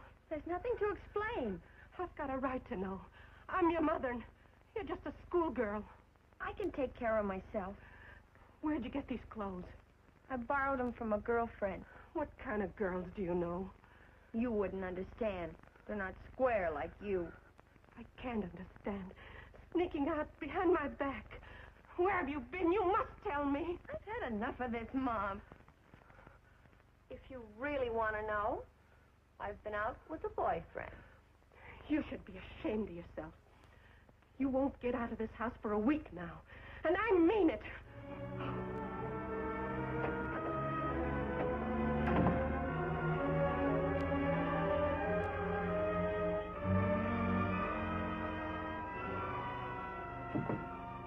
Oh, good morning, Mrs. Steiner. Hello, Mrs. Derrick. Sorry, I can't say good morning. There's nothing good about it. Why? What's wrong? They broke into my jewelry store last night, smashed up the window, and stole everything. Oh. And you know who did it? Kids, Mrs. Derrick. Kids. Oh, what kind of kids are they? You've seen them. The kind that hang around street corners and jukeboxes. It's a shame what's becoming of boys these days. And what about girls? They're worse. There were girls in on this, I'm told. Girls. Who told you? Who do you think? The police. It never occurred to Mrs. Derrick that her daughter was one of those girls. And the following week, Terry was on her best behavior, sticking close to home. Actually, she was just lying low. Terry, what are you doing? I'm doing my homework, Mom. Why don't you bring it in here and sit with me? Oh, I got my books spread all around. You've been a good girl all week, Terry. You see how easy it is to be good? Sure, Mom, sure.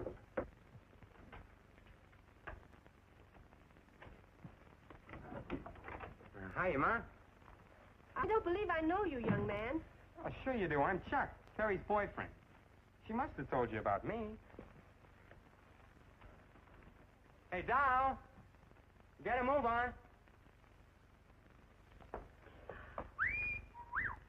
You're right on the dot. Terry, what's all this about? I'm going out. Oh, no, you're not. Go back to your room and take those clothes off immediately. You're not going anywhere. Tell her, Chuck. Look, Mom, you don't understand. She's in, see? You can't make her do nothing no more. How dare you talk to me like that? Why, you're just a kid like her. You go home where you belong. Well, what do you think this is, kindergarten or something? You seen your Mom?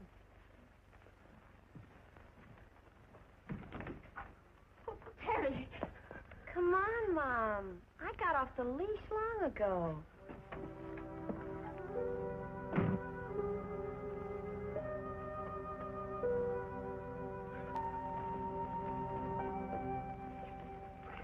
Here's the deal, guys. We cover these corners here. You drive. Right. I pick up the loot, and you two take care of it. Uh-oh, we've got company. Oh, brother, now she starts tailing me.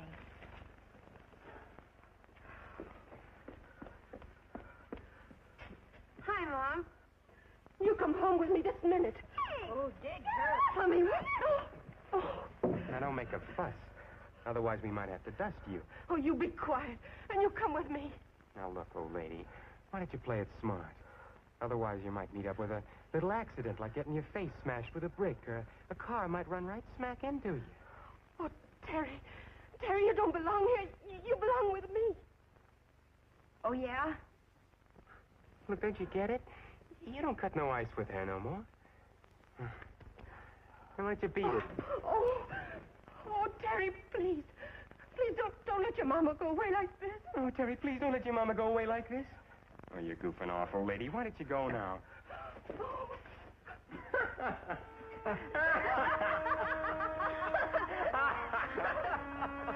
Hey, how about some service down here? Terry, sit down.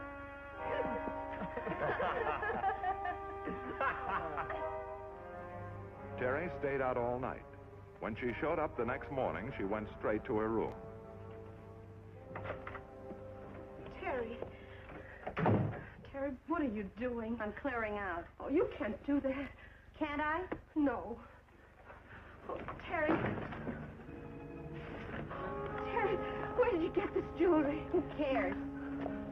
I care very much. Oh, so help me. I can't handle you anymore. You said it. It'll have to be the police now. Let me out of here! Let me out of here! You think you know everything. Well, you learn different when the police get here. Oh, Mom, help! I'm cut! Help me, please! Cut? Oh, what do you mean, cut? I'm bleeding! Somebody help me! I'm bleeding to death! Okay. Gonna stick the cops on me, huh? Well, I'll save you the trouble. Just to make it look good.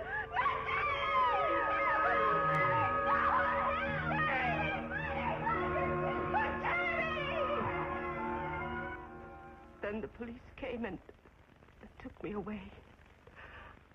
I don't care what happens to me, but what's going to happen to Terry? If what you told me is true, the authorities will have to take over. Oh, no. Oh, no.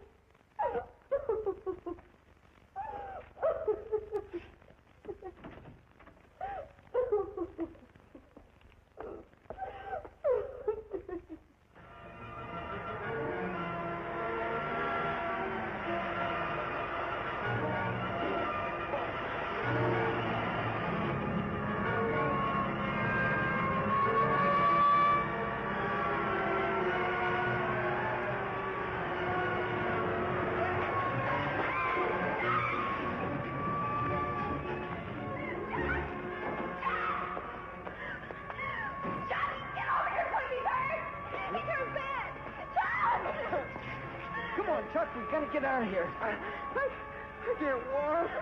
I can't walk. Come on, boy, we gotta make it. We'll get you to a doctor. Get him to a doctor, that's all we'll need. Then we'll all get caught. No, Doc. Come on. No, take me to Jake.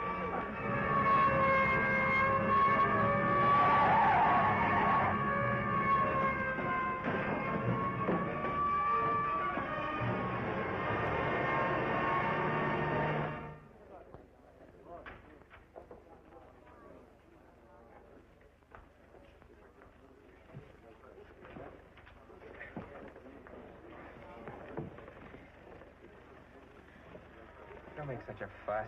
Take it easy. He'll act like he's drunk.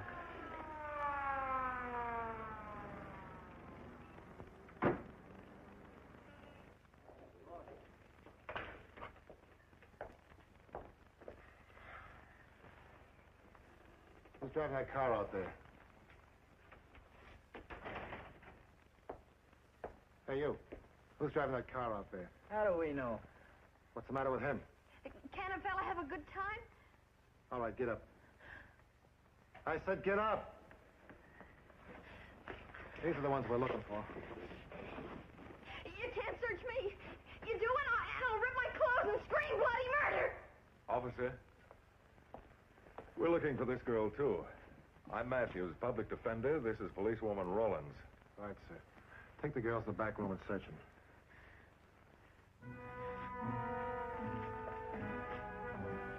Sit still, son. Better get an ambulance. Yes, sir.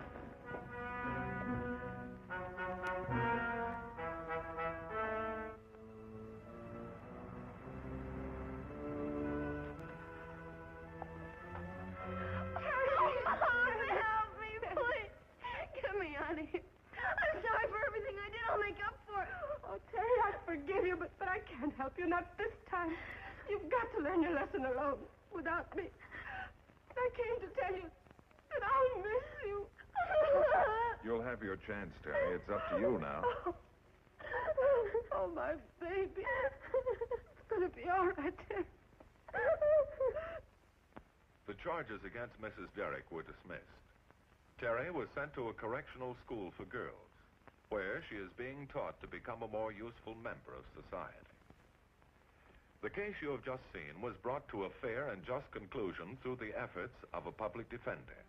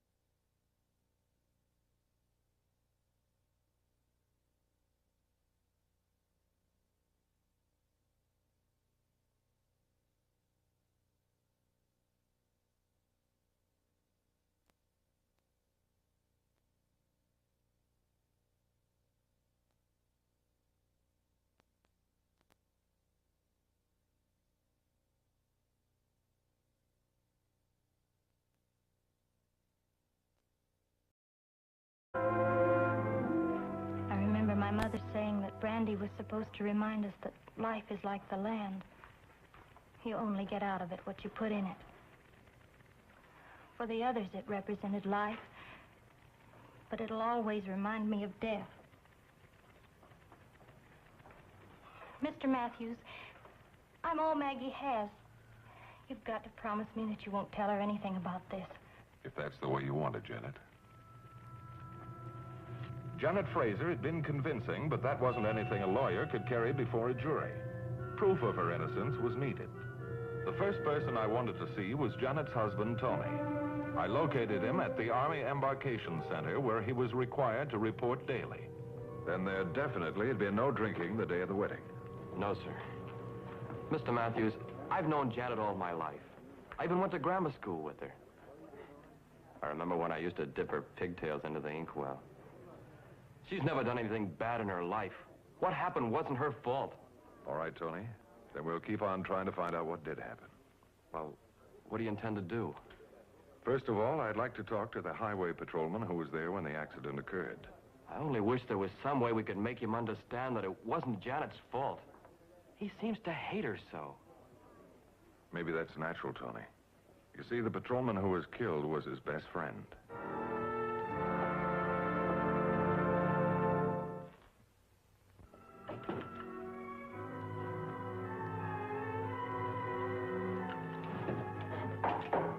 Come in. Are you Nelson? That's right. I'm Bart Matthews. I'm the public defender. I'd like to talk to you about Janet Fraser.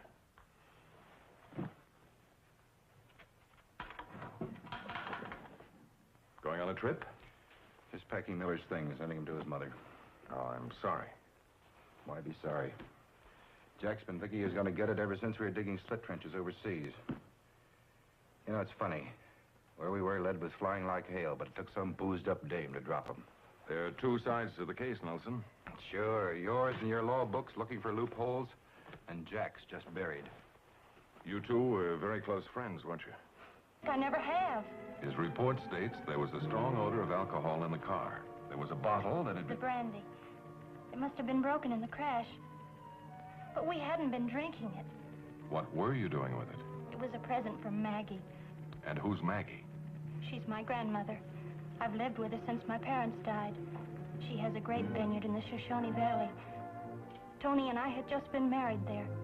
Now you listen to me, John Scott. I've been taking what's jokingly called your newspaper for the last 40 years, and I don't want any buts. I want Janet's wedding picture on the front page. Well, just for today, I can't worry about the international situation. Use the profile shot. Now, sorry, ladies and folks, party's over. I want to talk to Janet before she goes. Goodbye, goodbye. Well. Maggie, the wedding was the greatest. So is the girl you married. You're much too good for him, darling. Nothing you can do about it now. I can make a man out of you, and I intend to as soon as the Army lets you go. Tending these vineyards for a year will put some muscles under those shirt sleeves. Well, we'd better go. We've got a 200-mile drive ahead of us. Oh, after that drive from camp, another 200 miles sounds like 2,000. Just like I say. Get out of the Army, and I'll make a man out of you. Goodbye, darling. Goodbye. See you in 2 weeks. Oh, wait a minute. I have something for you.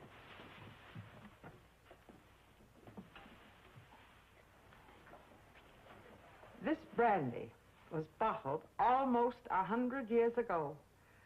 My grandfather gave it to my mother as a wedding gift. He had made it from the first fruit on his land after he came to America. It's been handed down to each bride in the family. Your mother had it last. Now it's yours.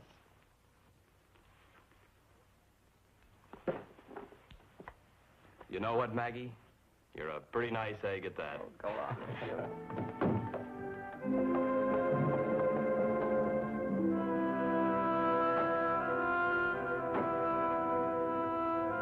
When I say yes, you'll say I know how you feel. That'll make everything just dandy. Now, just a minute, Nelson. Let's understand one another. I came over here to talk about my client. That's no reason for you to boil over on me. There's every reason. You're trying to get her off, aren't you? Only if she's innocent. That's my job. Then bow out, mister. Because I'm the guy that was there, remember? Yes, I know. I also know you have a tremendous responsibility in this case. What do you mean by that? You were the only witness. You were the arresting officer. The court will go along with your testimony. And you know what that does to your client, don't you? How can you be so sure about this girl? You didn't even give her a sobriety test. Well, excuse me for neglecting that, but a certain guy I know is dying in my arms.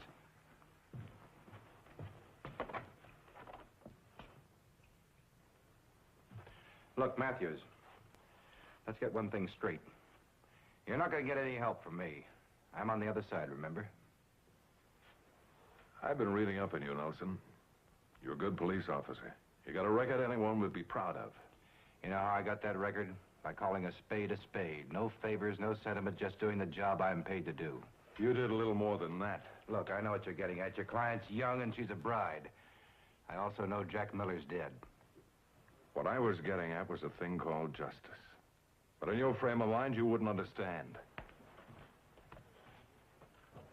Look, Nelson, I don't know whether you realize it or not, but we're on the same side. I just hope it gets through to you before it's too late.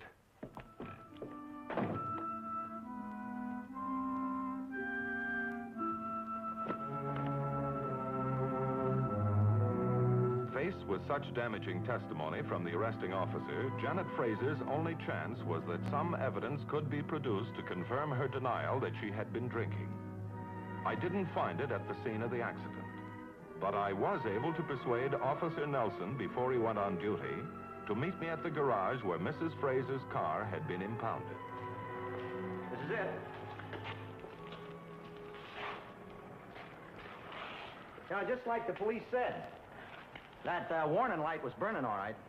I seen it when I picked up the wreck. And it's your contention that Janet Fraser should have seen the barricade and the patrolman? I don't think she could see nothing. I think she was blind, stinko, blotto. What makes you so sure? Well, when I come up the hall this heap...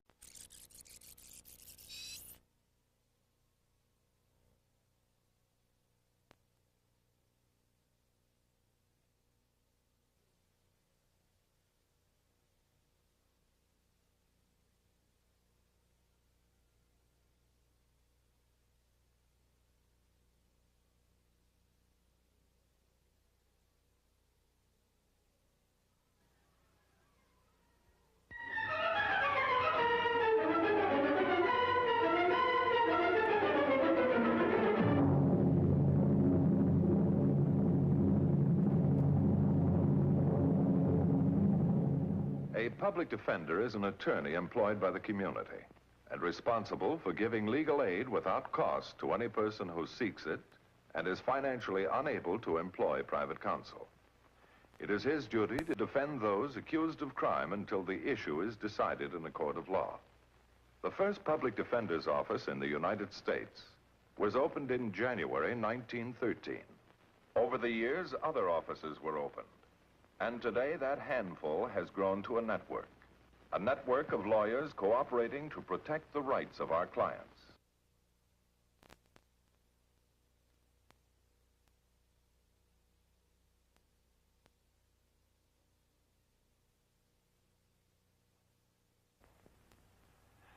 When tragedy strikes, it often leaves a scar of bitterness. Now, the case involving State Highway Patrolman Don Nelson was no exception. Nelson and his partner Jack Miller were patrolling a lonely section of highway when they came upon a construction barricade, its warning light blown out by the wind.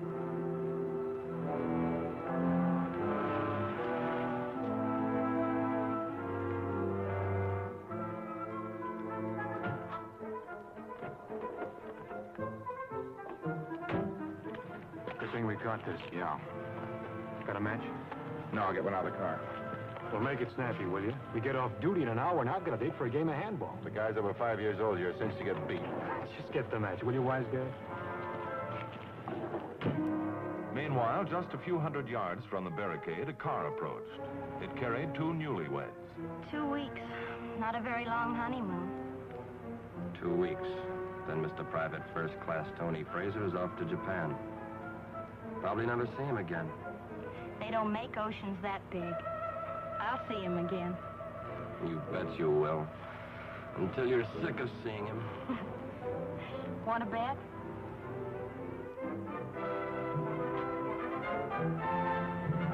Look out, Jack!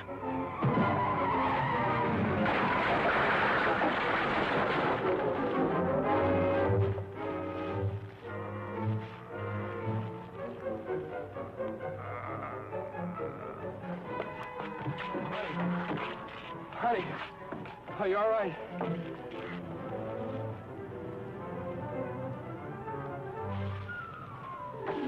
She hurt? I don't know. I'll call for your ambulance.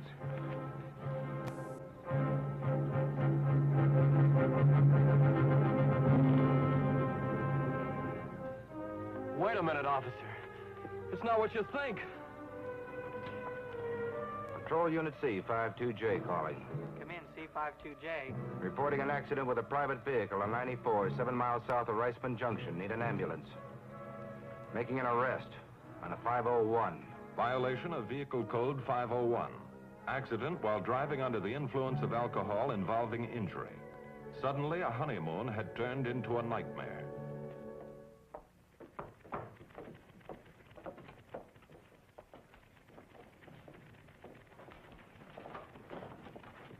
That highway patrolman, is he better? He died an hour ago.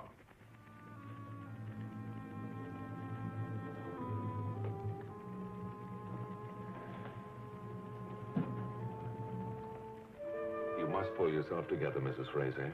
We have a lot of work to do. The man's dead. I killed him. Don't I deserve whatever happens to me? Then you were driving under the influence of alcohol. What? Don't you understand the charge that's been brought against you? The patrolman who witnessed the accident says that you were drunk. But that isn't true. I don't drink.